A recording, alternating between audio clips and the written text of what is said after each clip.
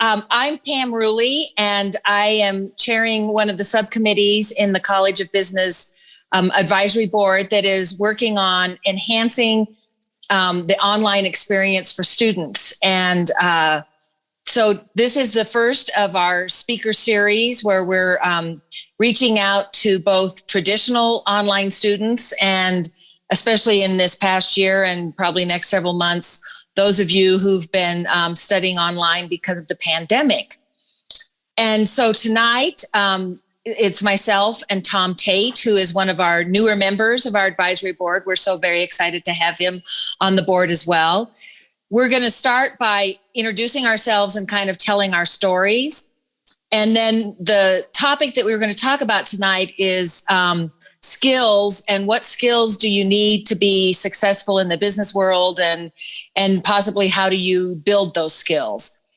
And we'd like this to be as interactive as possible. So our thought was to tell our stories and maybe, give some general information on that. And we can open it up for questions. And we thought we'd kind of play it by ear and see how it's going. We can, thanks to Sina and her technical wizardry, we can go into breakout rooms where there would be smaller people to maybe get discussion going better. So we'll see how that goes. So Tom, I'll turn it over to you first to introduce yourself and tell your story, and then I'll pick it up from there. All right. Thanks, Pam.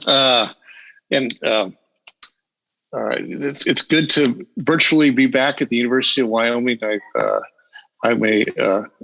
grew up here in Southern California in Orange County, and I went to Wyoming in this ancient history, but 1976 is when I enrolled as a freshman. It was one of the best decisions I ever made in my life. I met my wife there, Julie Murray from Cheyenne, Wyoming, and we've been married for now almost 39 years. I actually started out at the university in pre-med. I thought I wanted to be a doctor. And so I'm taking the science classes. And then I took an economics course as an elective, and I really liked it. And I pivoted to get a degree at the College of Business. But I still went through and got took all the science classes for pre-med.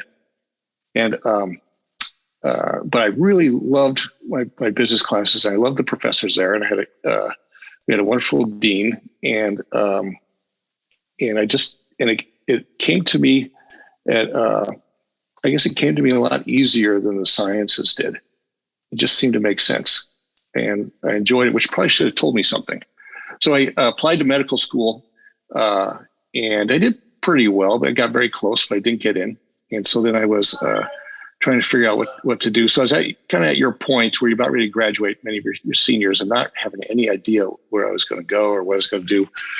And I ended up, I literally went back to the business school and filled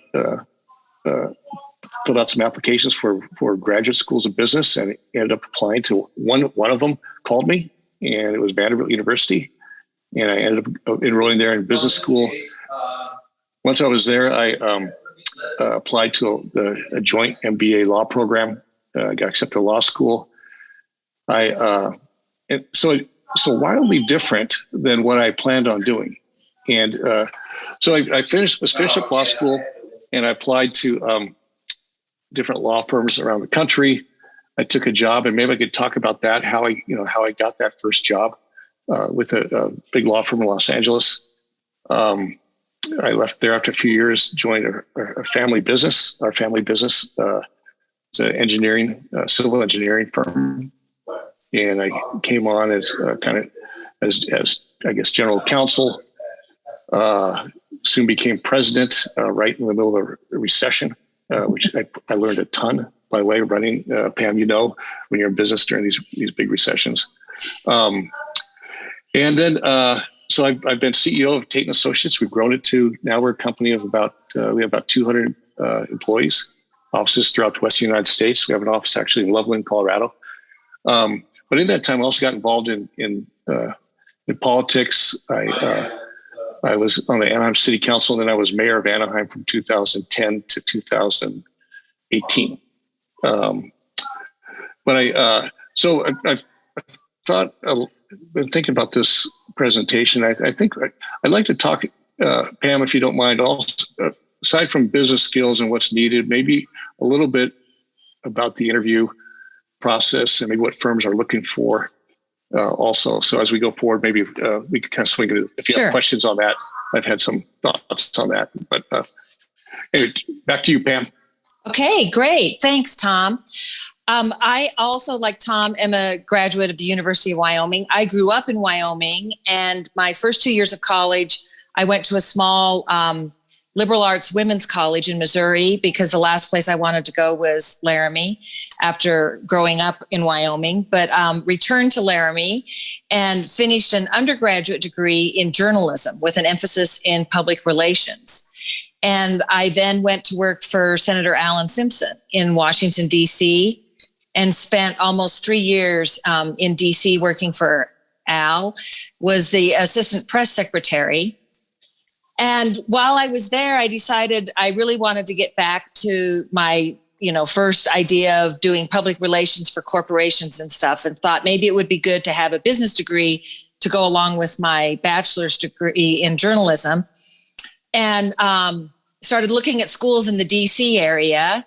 And I joke that I did my first business case because going to graduate school in the DC area was going to be very, very expensive.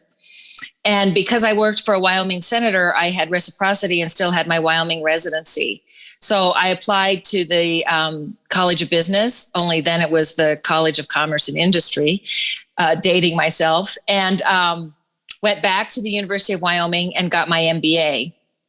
And it was one of the best decisions that I made, partly because when I graduated, I had zero debt. I also knew that I really didn't want to stay on the East Coast. I wanted to get back to the Rocky Mountain area. So by going to school in the Rocky Mountain area, I was able to make connections and network with people. And when I graduated, I took a job with the consulting division of then Arthur Andersen. And I spent 25 years with them. And by the time I left, it was a public company called Accenture. So I saw a lot of changes through my career there with that. And I now live in Steamboat Springs, and I joke and say I'm a ski bum because I'm retired. But one of the things that I really do now is use the skills that I learned in my career and give back to not-for-profits in my community by serving on boards or being active in their organizations. And so what we'd like to do now, I think, is now that you have a little bit of background on each of us, is we'll talk about, again, skills and stuff that, will help make you successful. And I agree with Tom. I think if you're talking about skills, it's good to talk about the interview process. So we're happy to do that. But when I started thinking about this, and I think about it, when I was working for Accenture, I was very involved in the recruiting process and was in charge of the recruiting team that recruited back at the University of Wyoming. And there were lots of things that, that we looked for.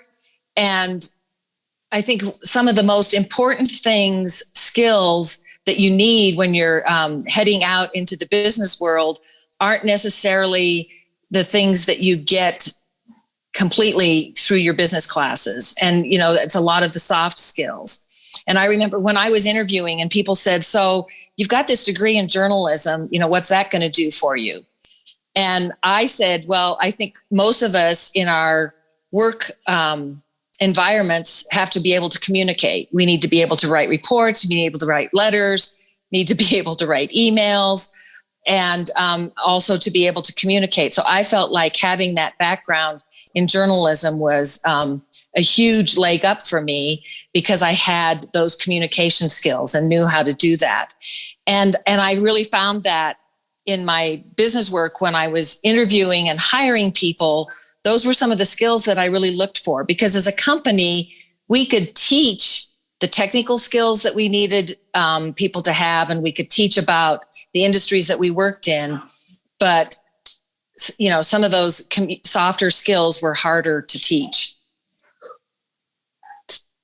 Tom, I'll see what you have to say about some of the skills. I think so. When we look at Tate & Associates, when you look for people, and when I was when I was mayor of Anaheim, I mean, that's, in a sense, it's government, but it is operating like a business. It's in a sense, it had about 2,000 employees, and at Tate & Associates, what we talk about is kind of three things, or actually more than that, but one is honesty. And when we look for candidates and people we want to bring on our team is that they have to be honest. And as far as the technical ability, so I think your people who you're talking to or you're thinking about hiring you, they're going to probably assume you know what you're taught in school. So the accounting issues, the marketing issues, the finance education, they're going to assume that you know that. Otherwise, you wouldn't have gotten through and the program and graduated. So we're really looking for different the additional things. And Pam mentioned soft skills. They're kind of, but they're essential skills. And so one is honesty. And if you get a sense that the person isn't honest, we're just not going to hire you because it's, those are issues that, that we can't fix.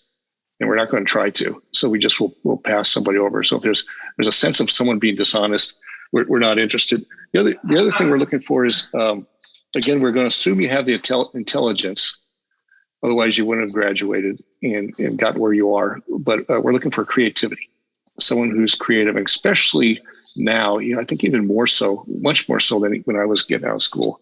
The creativity aspect is so much more important because, especially with artificial intelligence and all these different things that are developing, you want someone who's creative. And then the other is it's a little different. It's we call it intellectual humility. So so much of working is collaboration and working on teams, and Pam mentioned communication. But that collaboration, if you have somebody who is saying, "Well, this is the way we've always done it," or kind of my way or the highway, this is what I think, and being bullheaded and not listening to new data, new ideas, that's somebody who isn't going to fit in. And so you want somebody who might say, hey, here's my idea, but when they hear a different idea that makes better sense, they're willing to pivot and go to that. So that's those are three things. And also we call it the 5 C's: creativity, critical thinking, communication, collaboration, and character. And in our company, we define character as kindness. And it's actually a big thing. It's a big core value of our company. If you're kind, is essentially means doing something for someone else with no expectation of return. So it's like thinking about the other, helping the other. Somebody's struggling, helping that person.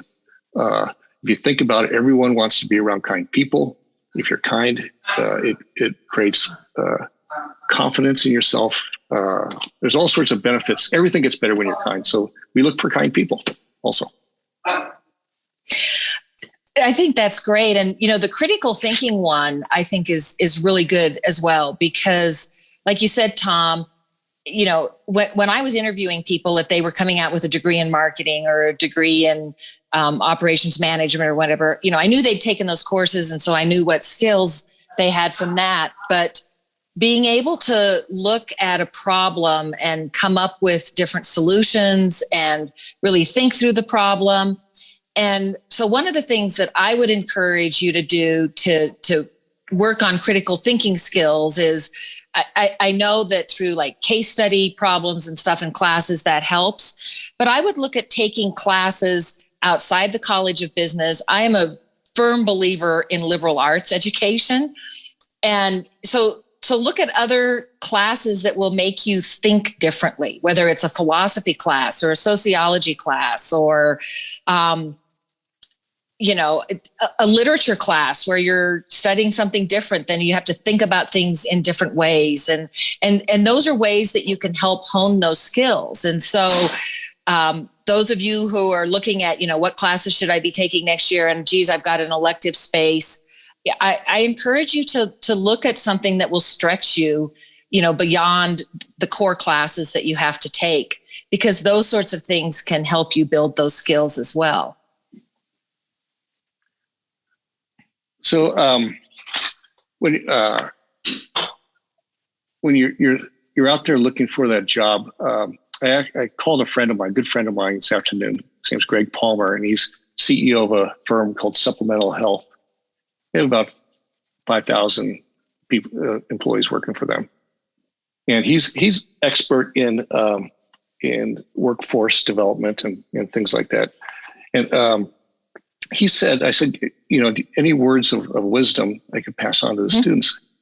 And he says, you should treat looking for a job or your career as a job. So, and I think one thing coming out of school, and my whole life leading up through all the way through college, things just kind of came to me. You sign for these classes. It was more, you kind of be more reactive. And I think, things change drastically when you get out of college. And I read an article once, you go from the easy world to the hard world. And the world is hard, but it's exciting and challenging, but it's different from college, where things don't just come to you because you're enrolled in the university, and you have to, you have to go out and get them. So treat getting your first job as a job.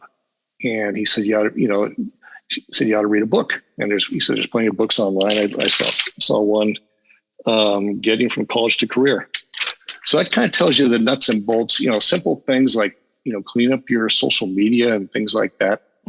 And I tell you, that's important, and your employers will look at that. But I think, another thing is, I talked to, we've ran into this, on an interview, you'd have a candidate, and you ask them, as we're asking questions, they'd say, well, this is what I want to do. I want to learn more. I want to work for, one candidate actually said, I want to work for a couple of years and then get my MBA and then start my own business. And it was honest, and we wished that person all the success. I think that's wonderful, but we're not going to hire that person. So you look at it when you're hiring somebody in a business. So think of it, we're going to spend, $60,000, $70,000 or $80,000. We're going to invest it, and we want a return on that. And we're going to look at value, what the value of that person can bring to the company. We're going to look at the risk of somebody, maybe after, if you train somebody the first year, you're probably not going to make much money, if any. Second year, maybe a little bit, then they start to be profitable. Third, fourth, fifth year. If we think that person might leave, might not be interested, we're going to pass on to the next person. So it's almost like, what would you, if you're thinking when you go in, like if I was that company, I'm going to, how can I show them that I'm going to create value and that I'm not a risky person to hire who might be leaving? It really is. It's like you can say, hey, I can invest in the stock market, and at $60,000 to $70,000, it's pretty safe. Or I can invest in this person, and who's going to make the company money, create value, make the company more valuable. So I would, even though those things are interesting, think about when you talk to a company, I would research the company, find out what it's about. I talked to my friend Greg says I would go in with a piece of paper with some questions, because that shows that you're interested in that company or in that industry, and let them get to know you, but try to steer the conversation to how you can create value for that company, rather than, hey, I want to learn something, or I'm looking for a work-life balance, or things like that, which are all great, but someone might not be willing to invest $60,000, $70,000 in you to make that happen. I don't know, Pam, what do you think about that? Is that you? see that also? No, I do. It's, it's interesting because, I think back, I was kind of like you. I kind of, I don't know that I treated it as looking, looking for a job as a job. Went through the interviewing process on campus, but the company that I ended up going to work for, I had done a lot of research because I had a couple of friends who'd gone to work for them. So I think, the idea of networking with people and, as an employer, I wanted to hire people that felt like, the company had something to offer them, but again, they had something to offer the company. Because you're right. As an employer, you're investing a lot in a new employee. And so the idea of letting them know what value you can bring to the company, I think is a great one. I also think, one of the questions people had is, what makes me more successful than others in today's business environment? And Tom, I think you hit the nail on the head when you talked about the 5 C's. I think back to the people that I was willing to promote and the people that I wanted to keep on my team and stuff were people that they were honest. I don't care if you make a mistake, but own up to the mistake that you made, because it's a learning experience. We're all learning every day. And especially the way the technology and the environment is changing so much these days, we're all learning all the time. And so I don't expect a new employee to be perfect, but I do expect, if a mistake is made, for you to own up to it. In our business, in the consulting business, teamwork was extremely important. So, what made you successful was your ability to work with others and not be a loner, and to help others be successful, I think, is another thing that makes you more successful in the business world. I remember somebody telling me to get promoted, he said, look at the person whose job is, that you're reporting to, and what can you do to make their job easier? What can you take on? And so I started looking at those things. And so those were some kind of skills that I built, was looking at the people that I was reporting to and, what was in their daily job. And, I had my job, but what else could I do to make their job easier? And I think those are some of the things that, again, honesty, teamwork, looking out for others and not just for yourself is what's going to make you more successful. I think the whole ethics thing, I think, is so important. And those all lead up to that.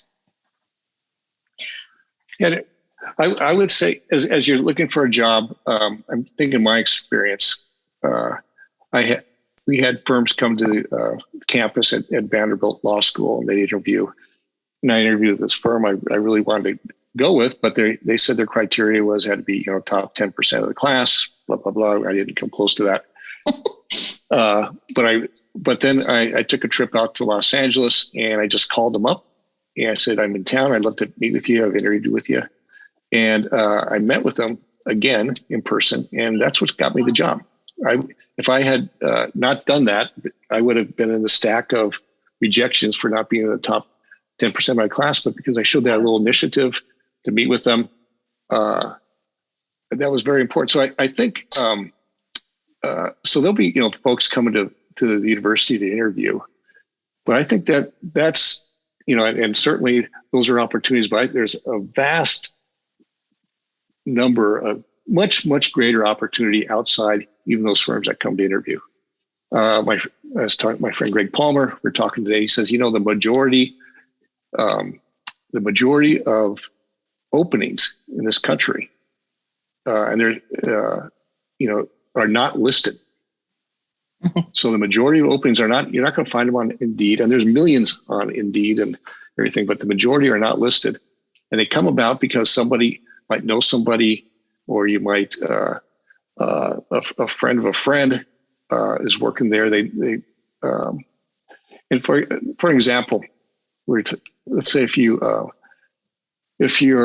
you don't quite know what you want to do, but you kind of maybe you like the industry, or you're thinking what an industry you might want to get into. Let's say it's banking.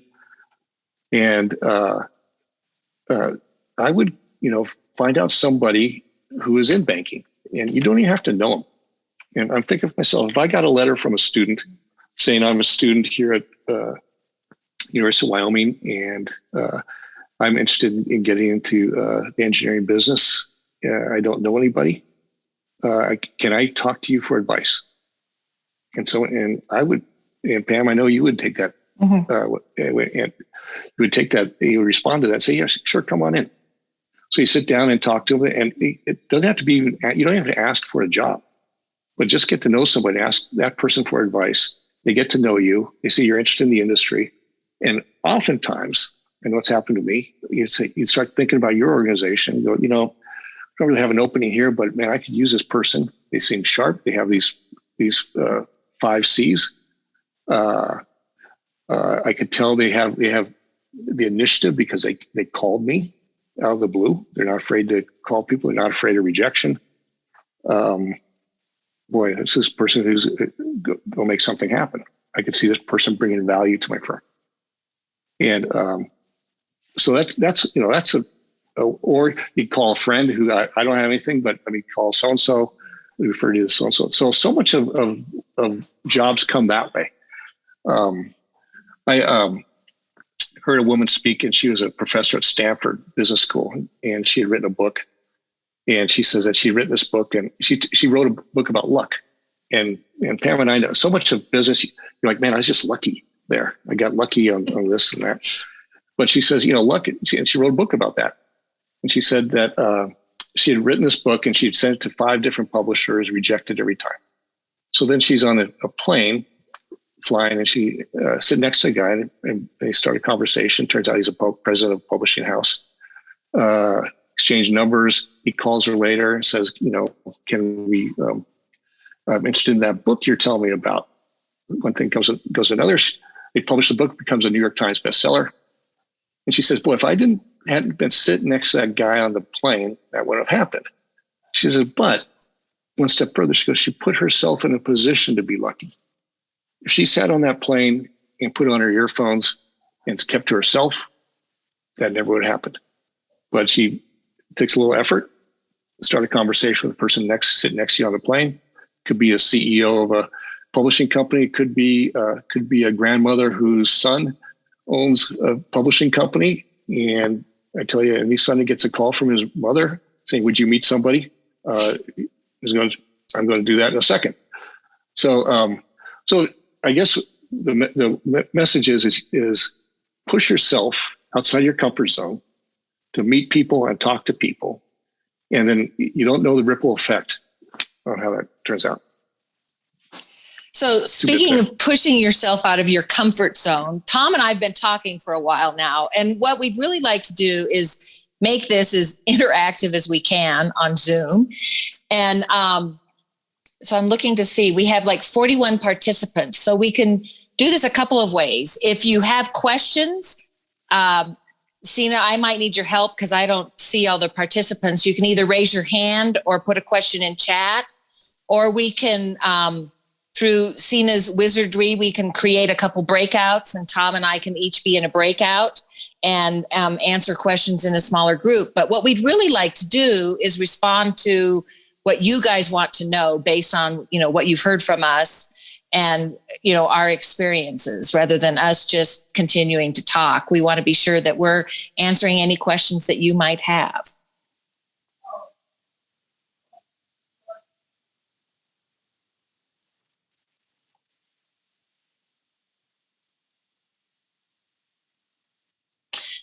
So Tori's asking, how do I engage with other UW alums and will they respond?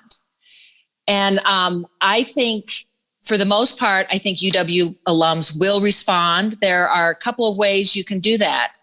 The Career Placement Center in the College of Business, has access to the College of Business alums.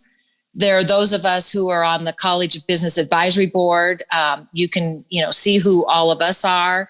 And I know that the Alumni Association has a networking program as well. So, if you want to look at, other industries besides business, that would be a good way as well. But I think most of us who went to the University of Wyoming feel a real sense of stewardship for helping people, who are coming out of the University of Wyoming. We want to, share the experiences that we had and I guess share the networks that we have built over the years. I think students come out of Wyoming and kids who've grown up in Wyoming, there's kind of a built-in grit to them. I guess that's the best way to say it. Kind of a grit, not kind of a grit, actually a grit. And I know I was talking to a student and she's telling me about her job at small town Wyoming, growing up on a small ranch. What her job was, run the family ranch, waking up at 5 a.m, plowing the fields, and part-time job in town. All these things that they show a lot of resiliency and grit and initiative to get the job done. So if those stories that you might think are just very ordinary in your life, that you might, because they seem ordinary to you because it's your life and but growing up, part-time jobs, maybe challenges that you had with, family challenges or whatever, and you got through them. All those they show a scrappiness and an ingenuity and someone who doesn't give up. And all those things that are really important to an employer. And I think, Wyoming, a University of Wyoming student can go to outside of Wyoming also, even though the state loves to keep you. But I think those skills differentiate yourself from other schools because I think there's something unique. And I think Wyoming shows a lot of grit. So Tom, here's a good question for you. It says, first interviews are crucial and a pivot point. How do you demonstrate to an interviewer that you will bring value to the company while only having little to no work experience up to that point? I would show that you have an initiative. So if you've got in your background things that it could be on campus, it could be leadership positions in the campus. It could in organizations, church, whatever it is that you're involved with. I would talk about that and how you did something. It could go back to high school or even before your background. Show that. So what you really don't want in this world, in this market, in business, is somebody who you just have to tell, like, hey, here's your job, and they do the job well. I want somebody in my company who says, boy, this isn't working right, and I'm going to try to figure out how to fix it and make it better and serve our clients better. So if you can show somebody that you've got that kind of initiative, that creativity. So I would bring, like I was talking to Greg, he said, bring a list of questions, and I would research that company and research the industry, treat it like a job. Our company, we go after follow requests for proposals all the time, as certainly Accenture all the time. And you have to make a presentation, and you have to try to get the job. And you have another half dozen firms, and you're selling yourself and selling your team. Think about it. You're selling your team. Now just think about selling yourself as that team. So you're selling yourself. And I think it matters how you dress. If you show up sloppy, if you're those things, I mean, they send out first impressions. So, there's so I would, I'm kind of digressing here, but first impressions are so important. If you make you start out here and you have a bad first impression, you go way down here, and it takes 6 or 7 good follow-up perceptions to get back to 0. But if you have a good first impression, you start here, and you can even screw up a little bit, and you're going to stay up there.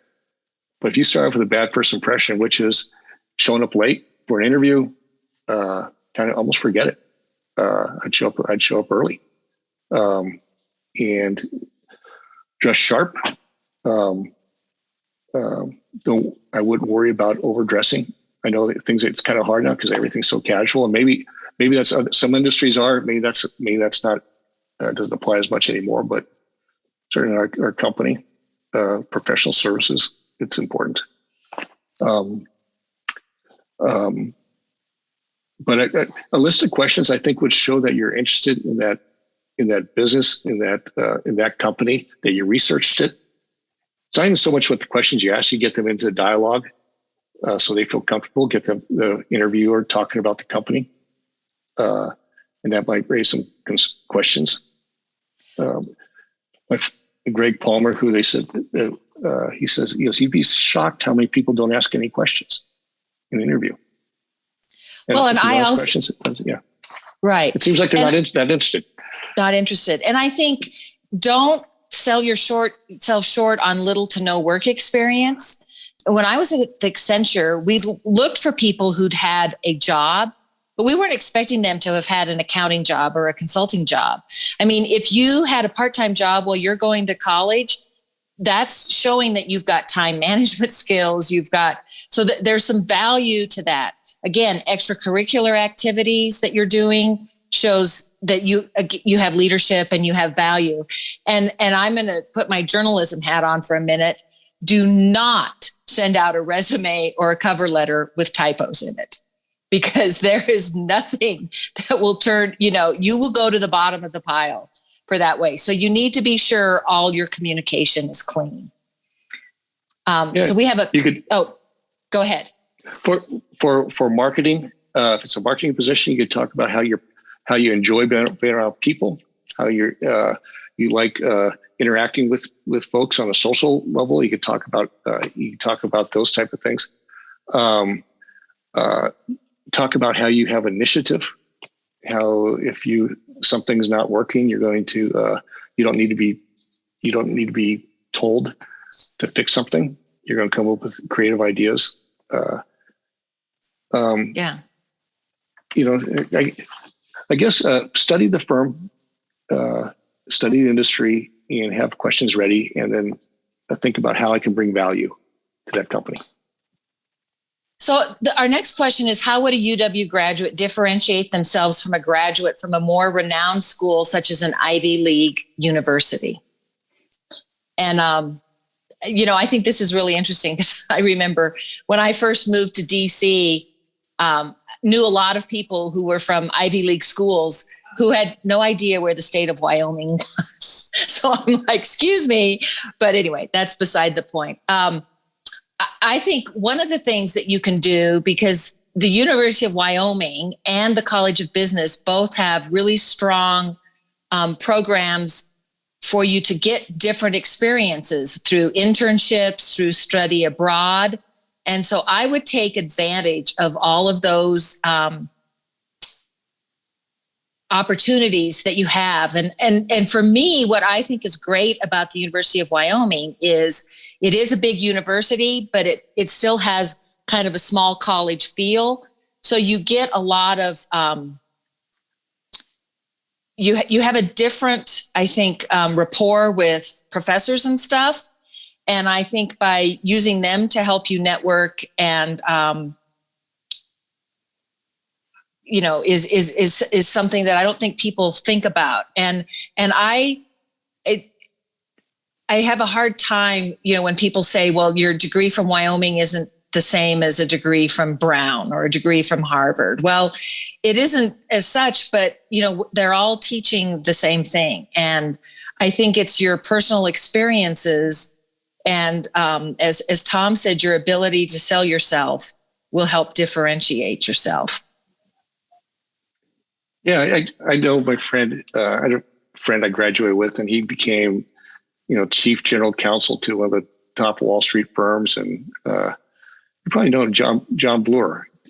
I know John. His father was my orthodontist. Okay, there from Cody, yeah. Yeah. And Stephanie became a very senior person of Wall Street. So if you have a stack of 50 resumes from Ivy League, schools, and you got one from University of Wyoming who's got some really interesting, diverse experience, I'm going to want to talk to that person from University of Wyoming. I know if for us, it's I think the education is basically the same, and we don't swerve towards Ivy League people at all. I'd rather have somebody who's got grit and scrappiness and skills of getting up early and working hard than from the University of Wyoming than someone who's in the Ivy League who maybe is had taken had a tutor for an SAT. Actually, that's the way I kind of look at it, and maybe their parents spent a bunch of money on getting SAT prep. It's not about those tests anymore. I mean, that's quickly people. That's whole thing is changing, and I think that with that's changing is this idea of certain schools. You got to hire from certain schools. I think there's competitive businesses are going to look for something much deeper than the perceived procedures than the SAT score to get into a school. I've never heard of an employer anywhere talking about what was his SAT score. Mm-hmm. I mean, if they are, they're not going to be around very much longer. They want somebody who has these other skills, which, by the way, don't really compute to getting you into those Ivy League schools, the creativity, collaboration, those type of skills. So don't let that get in your head. Don't let that get in your head. And if a company says, hey, you're not, Ivy League, then they aren't going to be around that much longer because they're not, they're cutting out too big of the marketplace, and you wouldn't want to work for them anyway. Yeah, seriously. I agree with that. We have another question here that is, what do you two do to stay creative as well as keep your critical thinking progressing after college?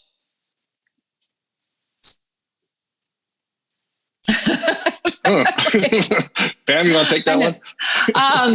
Well, I've always been a voracious reader. So, that's one of the things that I do.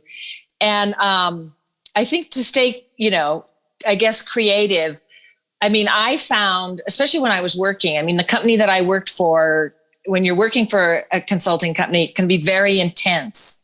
And I found I had to, just like in school, I had to have things that I enjoyed doing outside of work so that I could get away from work. And I think that helps with your creativity. And so for me, one of the things was I like to sing. I am not a solo singer. I'm a choir singer. And so I have, most of my adult life been in choirs, whether it was church choirs or community choirs or something, which I think, helps with creativity. And again, it helps that, I want a well-rounded person. I always felt like anybody, I shouldn't say anybody, but most people, if you really put your mind to it, could come out of school with close to a 4-point. But if you did nothing else, then you've not shown me, that you have a creative side, or that you can, it shows me that you know how to study and take tests. And so I think continuing to do things that you're passionate about helps with your creativity, once you're out of college. Yeah, you guys graduating now, you're such a unique time, and I think it's because of technology, and that what's that term where it doubles every couple of years, exponentially. You find yourself, normally in probably the history of humans, the older you get, the kind of more knowledge you get, and but if I could tell you, every one of you are much, much, much more tech savvy than I am. I'll just use myself as an example. So there's things that you guys know that I don't know, and companies need to know. And you can be creative in ways that couldn't have been imagined years ago. And you could, design in ways you couldn't even imagine because of technology and because of your expertise. So, I'll go back on what I talked about earlier. You might not think your all these skills that you have are like, how's it marketable or how's it going to create value? If you understanding technology or understanding social media and all that stuff, you're already valuable. You're already valuable to any company. And in the fact that you're at your point in life, you kind of grew up with it more. You probably have skills that somebody even 10 years older than you or don't have. So I, don't sell that short either. And that allows you to be creative in ways that we can't even figure out. So I shouldn't say talk for Pam, myself, can't figure out. No, I probably kept up on all that stuff. So I don't know if that's helpful or not, but no, that is. But don't sell yourself short. I think the biggest thing, if I'm going to, I think the biggest thing you guys have is don't let fear get in your way, and that will hold you back, and it'd be stupid fear, and the big one's fear of rejection or fear of not fitting in or whatever it is. But I used to have a huge fear of public speaking that was holding me back. I think so much of life is recognizing fear. And like, why do I not do this thing? Or why am I afraid to go out? Why am I not pursuing a job the way I should? Why am I not sending out letters the way I should? All these things. If you really boil it down, it has to do with fear. And if you can recognize it as fear and say, I'm not going to let that hold me back, and you have to kind of swallow and that Wyoming grit, just say, I'm going to plow right through it. You'll go so much further in any company. You'll stand out for other people. And I don't know, that's, if I could give you kind of 2 cents, that's what. So we have somebody raising their hand. Is it, not get this. Don't worry. Hey, Alina. It's Paulina. Sorry. Paulina Rose. Okay. What's your question, Paulina? Well, I think this actually might apply more to Mr. Tate. You said you have both your JD and your MBA, and I've kind of been looking into that. And I was just wondering, like, if there's anything that you'd recommend doing in preparation for that, and kind of what you've seen done with those 2 degrees.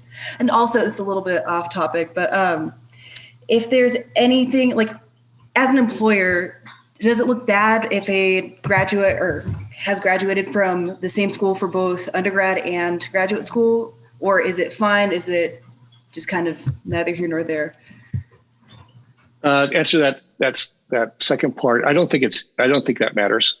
I don't think it wouldn't for us. I think, you explain why you went, it might because you have a family, it might because you have a job, might all sorts of reasons that would make perfect sense to do that, or might because you love the place and you know the professors already. So no, I don't think that matters. I think was helpful with the JD MBA is law school was very, very helpful because they educate you to really kind of, I'd say, find issues, separate the wheat from the chaff.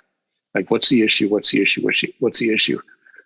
Business school is more about solving problems and issues, I guess. And so, a lot of times people will let you don't want to listen to your lawyer. You don't want to let your lawyers make business decisions for you.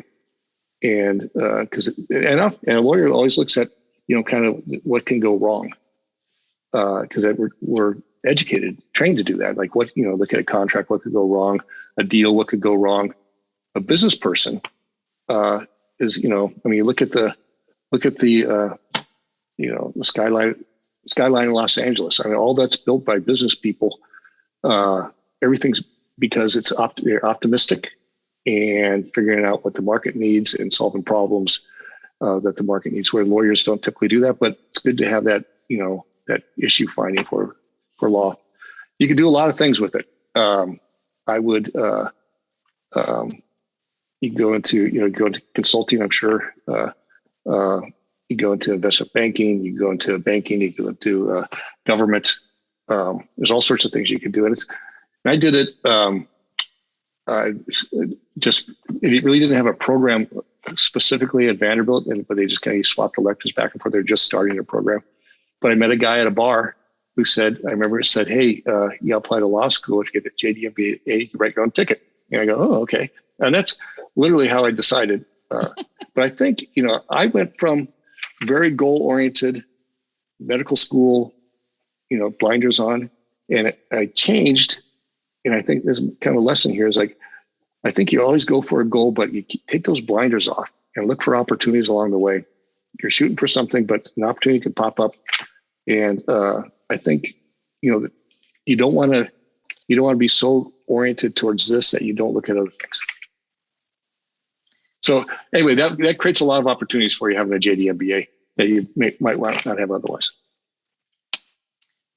So we have another one in the chat that says, I'm reading the book, A World Without Email by Cal Newport. Getting back to allowing employees to discontinue being constantly managed by email and other tools like Slack. What do you think is coming down the line in project and employee management? What should this new workforce be prepared for? I should probably ask, what's the book say? I don't know. I know. I know for us we're really focusing on kindness, actually connecting with one another and stepping out of yourself and doing something for someone else. And then if that happens, then it's really about connecting with the humanity of one another.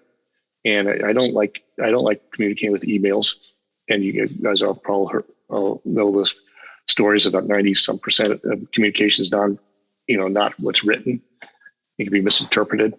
It could be taken out of context, all that stuff. So I don't like communicating by emails. I don't even think it's that efficient, to tell you the truth, because of the chance of being misconstrued. Always, and I think it's always better face to face. We have something we talk about our company, and it's we say make it a 1. And we think issues that come in, they come flying in, it might be a 5. You can kind of crank, if you let maybe emotions take over, you could crank it up to a 10. So-and-so's mad, so-and-so, all that stuff. You say, you know what, make it a 1. So we always work at bring an issue down to a 1, put it in the basket, let it go off to the next issue. So oftentimes emails don't help making it a 1. They could crank it up to a 10 because it's misconstrued. So if there's something kind of weird happening at work, it's always, if you go into that person face to face is the best. Next is on a phone call. Probably one of the worst is to try to resolve it through email. But that face to face is just so much better almost all the time. So I don't know if the book's about that, but I think that's part of communication. And when you email, you're not communicating that well. You're not looking somebody in the eye. I know Wyoming talks about the handshake, the cowboy ethics. Ethics are, and Pammy touched on that. If someone gets a sense that you're not ethical, we wouldn't touch hiring that person. As strong as your weakest link. I mean, a friend says you can't buy moral stupidity insurance. I'd rather have a flood that wipes out our building than an ethical lapse. You look at Enron, look at other companies. Plus, it's just the wrong thing to do. And we tell all of our associates, in fact, I just gave a speech the other day. I said, if you're ever found to do an unethical thing, if someone asks you here to do an unethical thing, or a client, and just that, and if you feel in your heart it's wrong, please don't do it. In fact, you have a duty not to do it, and tell us, and because we'll never make you do something like that. In fact, we need to know if that's happening because we got to fix it so that doesn't happen. That will destroy as a human, but it also destroys a company. The last thing that's in chat here, and I'm not sure, it says for a non-traditional student, online classes has been a tough transition. What are some suggestions to help maintain that in-person feel? And wow, because I've not experienced going to school online. So I've experienced in the last year being online, through meetings and stuff. And I think that for me, it's kind of what you just said, Tom. Email is not the best way to communicate, and it's still the person to person. And so even though you're in online classes, I would look to finding people in your online class that you can develop a relationship with and, build that relationship. And, we're living in a little bit different time now with the pandemic, and maybe you can't be face to face, but you can at least be voice to voice over the phone. And, I think those things are critical. And that's kind of what we heard from some of the students when we were putting this together, has been their frustration is not having that time to, really reach out and sit down and discuss things. And so I think, again, it's showing the initiative to, maybe create some small groups, from your classes where you can do that and work on problems together, or just, discuss the lecture from the day before, like you might have done in the atrium in the college, prior to the pandemic. But I think it's to get that in-person feel, you got to reach out and reach out to people would be my advice. Yeah, that, I'm just thinking the fact that you spent, a good chunk of your college online, you had to pivot from in class to online, and you did it. There are a lot of people who can't do that. And you got your degree online in a very lonely setting by yourself. I'm just thinking, if I'm interviewing somebody who just graduated and they talked about that and how they did it and how they realize it's important to connect with people, and you develop skills, how to do that online, but really how important it is to connect and work with people. I think, you've got skills that people, who graduated before didn't have or will graduate behind you a few years. So you guys are already been faced with adversity in a big way, and you got through it, and you got through it well. So I think, I kind of forgot what the question was. I'm kind of rambling. Sorry about that. And students, sorry about that. But I'm just thinking about that. You guys are tough to get through this, and that will you'll look back and when you have tough times ahead in the business world, you'll lean on these times and how you did it. Well, we are coming up on an hour. And what I wanted to do is see if there are any other questions, because Tom and I have time if you have other questions. So I'll throw that out there. I know that this has been recorded. So if you know of people who wanted to attend and couldn't attend, Sina, I'm sure you'll somehow make this available if people want to listen to the recording. I do want to let you know that we are going to have another session, and Kyle, you might have to help me with the date that we came up with. That was April 28th. April 28th. And that session is going to be on the job. What are my expectations of, once I've started the job, just kind of, now I'm here, what's expected of me, how, what should my relationships with coworkers be? There were a lot of questions about that. And I think it'll be a very interesting session to think about if you're, those of you who are graduating and about ready to go on a job, even those of you who are still in school and maybe going to be doing an internship. I think it will be very relevant for that. So it will be this same sort of format on April 28th. So you can, look for that as we get closer to that, the announcements and being able to register for that. So are there any other questions that people have that we can answer at this time? I want to throw one more thing out, Pam. Oh, yes. I hope you all, if you have it in you, I hope you think about starting your own thing and being an entrepreneur. Maybe not now, but maybe down the road sometime. But even now, you've got skills. Again, if because of technology and things like that, it opens up the world to a lot of folks. So you might want to think about that. Yeah. Here's one last question. It looks like it says, from the time you were first hired after completing college, how has competition changed for job-seeking individuals? What do you think it will look like in the future? Oh. I think, when I graduated, it was more, you go to work for this big company and you kind of stay there forever. And it was more, structured. And that was the career path, and the best job would be working for IBM for a career. And it was just very structured, and you're working for somebody. And I think now, it's going to be more, it's definitely going to be more flexible. And that Greg Palmer that business is a staffing business. He's one of the leading staffing people in the world. And he says that, a lot of things are going, he predicts they'll go to kind of Uberized work market. So, maybe companies aren't as much hiring people.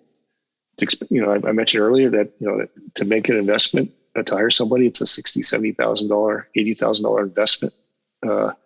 So it might be more smaller businesses or individuals figuring out where the need is and creating a little small company to fit that need.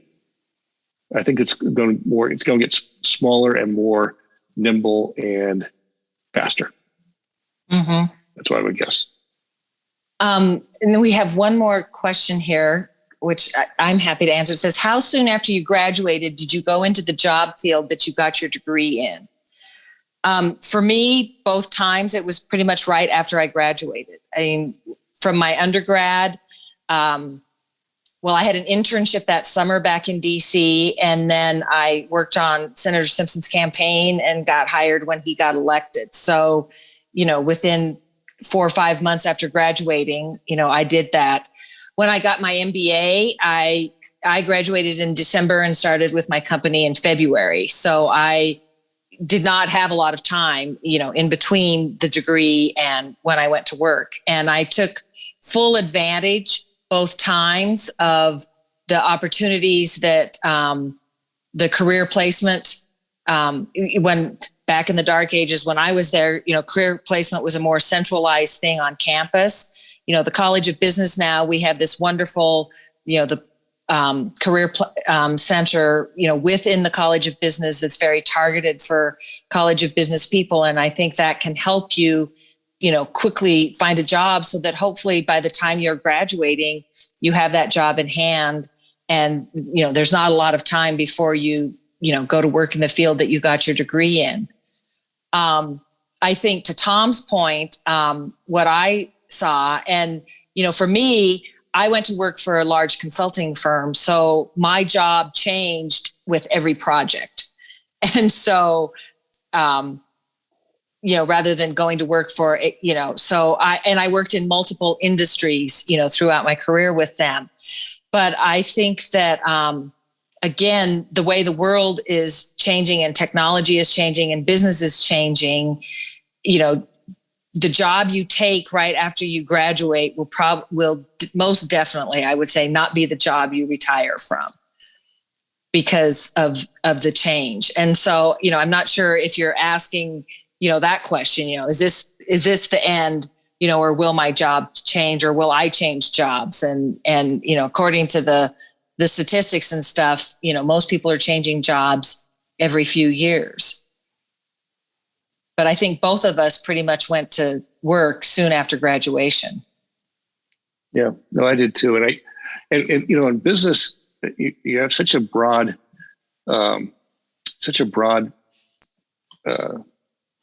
field of study. So there's, I was thinking about this the other day, like there's always going to be like, what businesses are going to be around 10 years from now? Well, there's always going to be a need for, like, let's say, a plumber.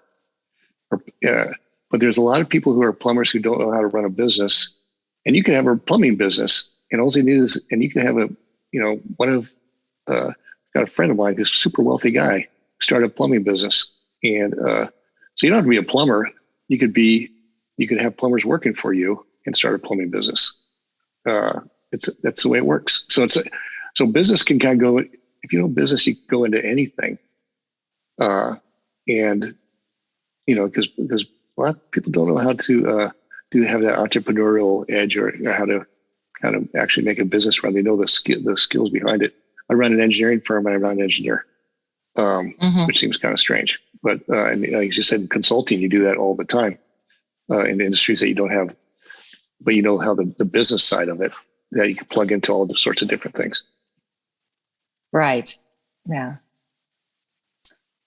So, well, we'd like to thank all of you for attending and participating in this first. It doesn't look like we have any more questions. So, Tom, thank you for your time tonight.